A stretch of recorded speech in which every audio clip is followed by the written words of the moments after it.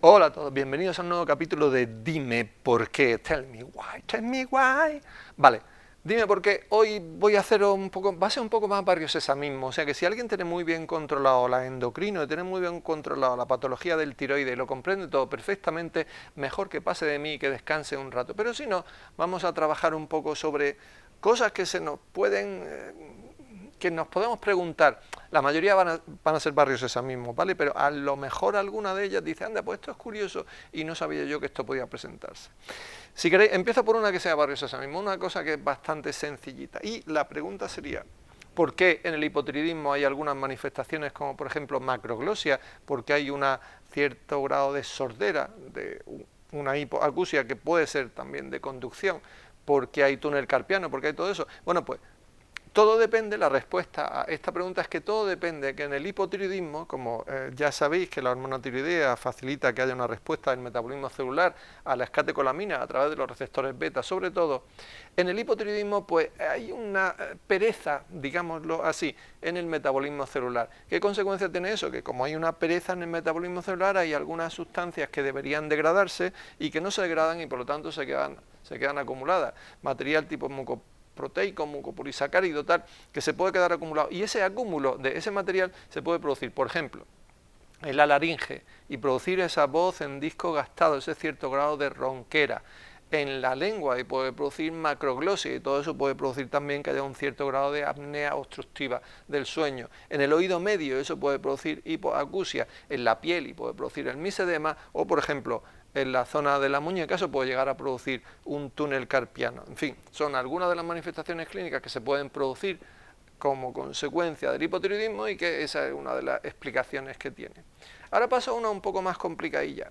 Vosotros sabéis que existe una enzima que se llama la 5'-deyodinasa, que lo que hace es una monodeyodación, o monodeyodasa podemos llamarle también, de la T4 hacia T3.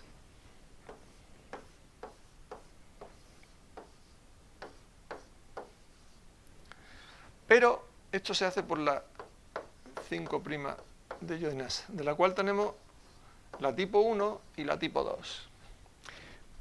Pero si se bloquea esta 5'-monodeyodasa o esta 5'-deyodinasa, se puede producir una distinta reacción metabólica que pase hacia RT3, hacia esa forma inversa que ya no es activa, y esto, en este paso interviene la 5'-monodeyodasa tipo 3, que lo que hace es inactivar la T4 en vez de otra cosa. Entonces, ¿qué tenemos que saber?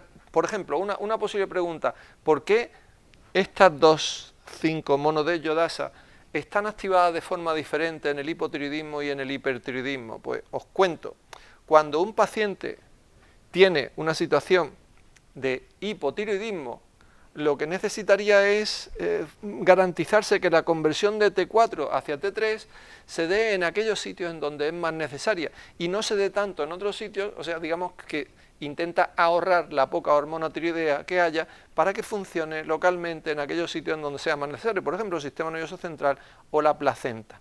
Entonces, en una situación de hipotiroidismo, se estimula la 5'-monodeyodasa tipo 2, selectiva en placenta, en sistema nervioso central, en sitios donde sea particularmente necesaria, y se reduce la actividad de la 5'-monodeyodasa tipo 1, que es aquella pues, que se funciona normalmente en hígado y en riñón y la responsable de la mayor parte de la hormona tiroidea circulante. O sea, el organismo reacciona ante una situación de hipotiroidismo haciendo eso, haciendo que voy a activar la 5'-monodeyodasa tipo 2 para que la hormona tiroidea yo la gaste solo en donde sea necesario.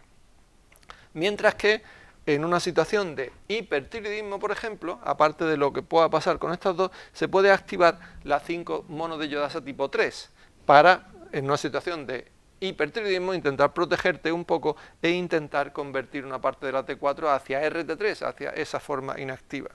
¿Bien?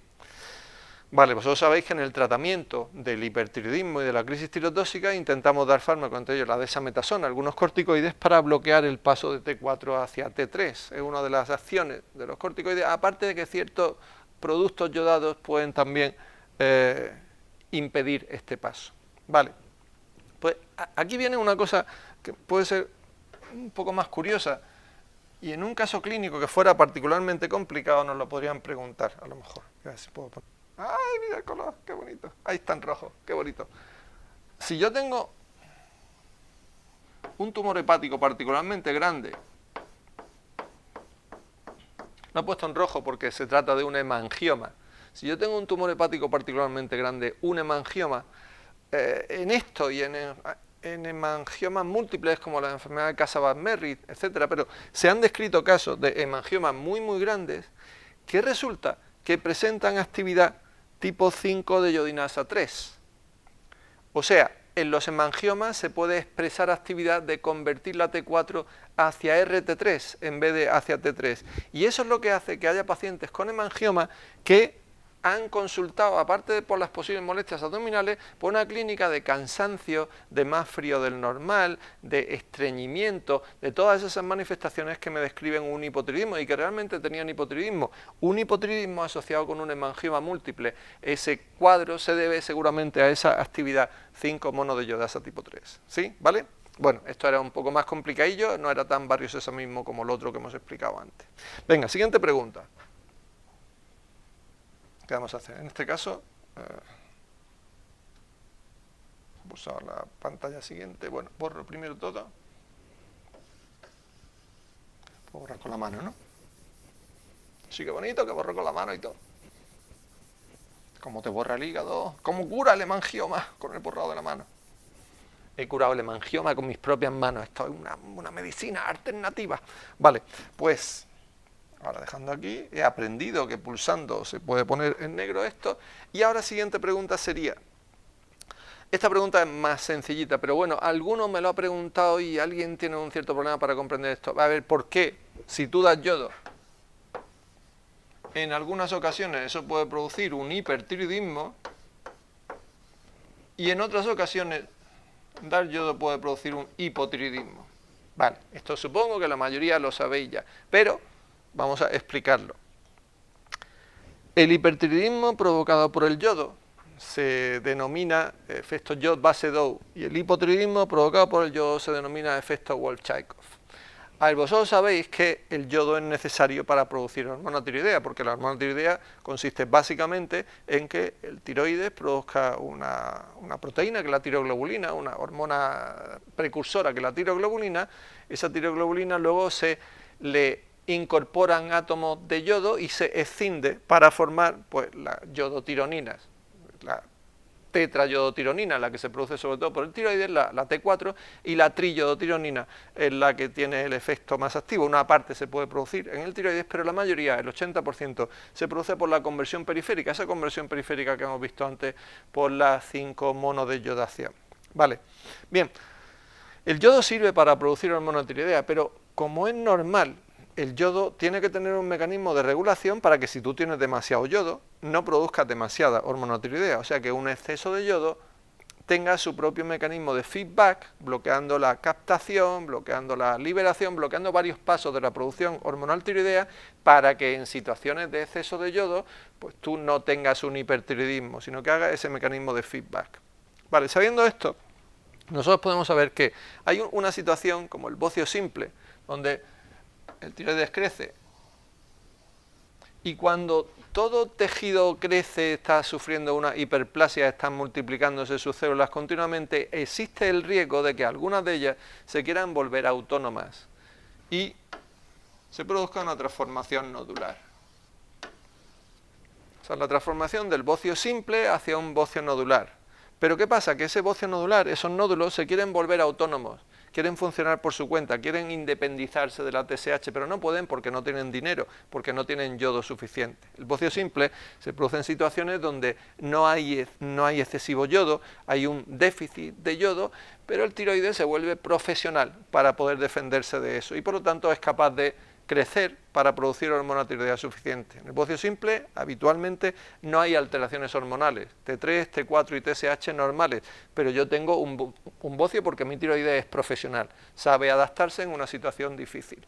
Bien, Eso puede llevar a que con el paso del tiempo, de mucho tiempo, ese bocio se transforme en nodular. Pero, como he dicho antes, esos nódulos no se vuelven hiperfuncionantes, no producen una tirotoxicosis porque no tienen yodo. Pero si yo a esa persona le doy yodo, le pongo un tratamiento con amiodarona, que tiene yodo, o si, por ejemplo, le pongo un tratamiento con levotirosina, que la levotirosina es hormona tiroidea, por lo tanto tiene también yodo, puedo provocar que esto se transforme en un bocio multinodular tóxico, en una tirotoxicosis, y que eso se provoque por el exceso de yodo. Y eso es lo que se llama fenómeno de Job-Basedow, ¿vale? La transformación de un bocio nodular en un bocio multinodular tóxico, o de un hipertiroidismo, al darle yodo se transforma en un cuadro nodular, al darle yodo se transforma en un hipertiroidismo, perdón, ¿vale? ¿Y esto por qué sucede? ¿Por qué con el yodo se puede producir un hipotiroidismo? La situación es completamente diferente. La situación en este caso es que un paciente tenga una enfermedad tiroidea tipo tiroiditis crónica autoinmune de Hashimoto, por ejemplo, o tipo cualquier otro cuadro de tiroiditis autoinmune, y que esa glándula tiroidea, a pesar de estar con un cuadro inflamatorio, a pesar de estar un poquitín atrófica, a pesar de no funcionar bien, se está manteniendo la cuerda floja, digamos, o sea, está manteniendo un eutiroidismo, pero está en la cuerda floja, digamos que está en una situación en donde cualquier cosa que me pase me puede provocar un hipotiroidismo, porque me estoy manteniendo al filo de la navaja. Entonces, si a este paciente yo le doy yodo, ¿qué se puede producir? Pues que al darle yodo, ese yodo puede bloquear alguno de los procesos de la síntesis hormonal tiroidea. Y eso puede traer como consecuencia que esa glándula tiroidea que estaba un poco justita, ahora pase de pronto a presentar un hipotiroidismo. Por lo tanto, ¿cuándo pasa esto? Pasa fundamentalmente cuando el paciente tiene una tiroiditis previa. O sea, eso es lo que sería el hipotiroidismo por el yodo, eso es lo que se llamaría el efecto Wolff-Chaikoff, ¿vale? Bien, pues con esto yo creo que tenemos unos cuantos dime por qué sobre tiroides y sobre endocrino, y seguiremos viendo dimes por qué la próxima semana.